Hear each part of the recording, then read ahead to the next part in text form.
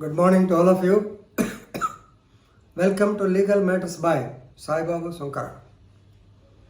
In this video, we are going to discuss a case law on the abetment to commit suicide, which is an offence punishable under section 306 of the Indian Penal Code. In view of the Honorable Supreme Court, the abetment to commit suicide is a heinous crime because Article 21 says the state has to protect the life and personal liberty of each and every individual except as per the procedure established by law.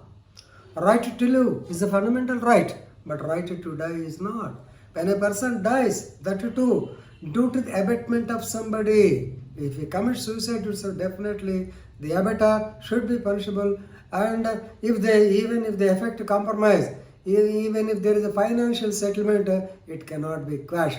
This is what is held by the Honorable Supreme Court of India, two judges bench, Madam Indira Banerjee and Justice V.R. Subramanian, while denying or while refusing to quash the case of Daxaben versus State of Gujarat in SLP number 1133 by 2022, dated 29/7/2022, held that FIR under section 306 IPC cannot be quashed on the basis of the financial settlement with the wife of the deceased, or with the complainant, or with the parents, or with the children, or the spouse, or anybody, etc.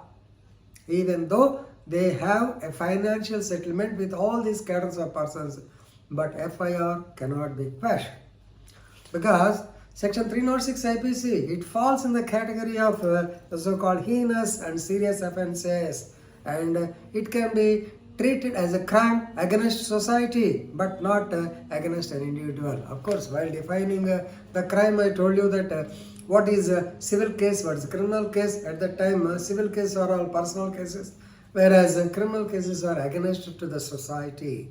That is what is held by Supreme Court in this Daxaben case. All right. Better to go to the details of the case.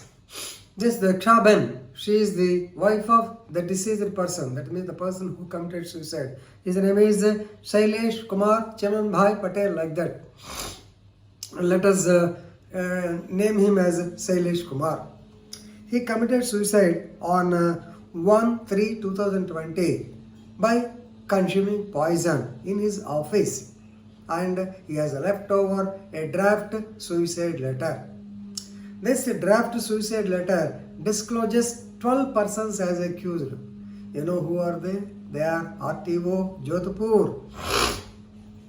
So RTO Jodhpur and so many others who took money from him, but they did not return. According to him, they committed cheating. He had been making phone calls for the recovery of the money, for the return of the money, but there is no response from the other side. He is a bus operator, he is a logistics operator. So the amount accrued to 2.35 crores. There are RTO and other persons, some other private persons also, of them are 12 in number.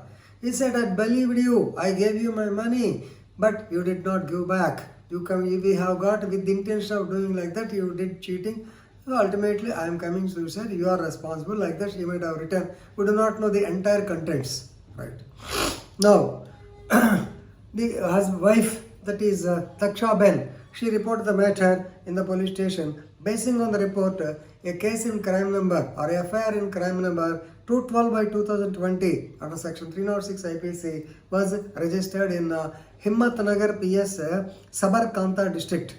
As many as 12 accused were filed and mentioned in the names. So ultimately, lot of compromise talks took place. Ultimately, it was settled. It is a financial transaction. I think they might have promised to give back money, or I do not know, but a settlement, they have come to a settlement. Therefore, they approached the trial court to quash the FIR, but trial court did not accept. Ultimately, they approached the High Court of Gujarat. Gujarat High Court accepted. Aggrieved by this, the woman, once again, she filed an SLP before the Honorable Supreme Court of India. So Honorable Supreme Court of India clearly stated that, please remember, it is a very serious offense, very heinous offense, crime against society. Therefore, no compromise, no financial settlement. Even though you settle the issue, then go to the court, face the trial. If the witness is found hostile, we can't do anything. That's all. But not the quashing of the proceedings.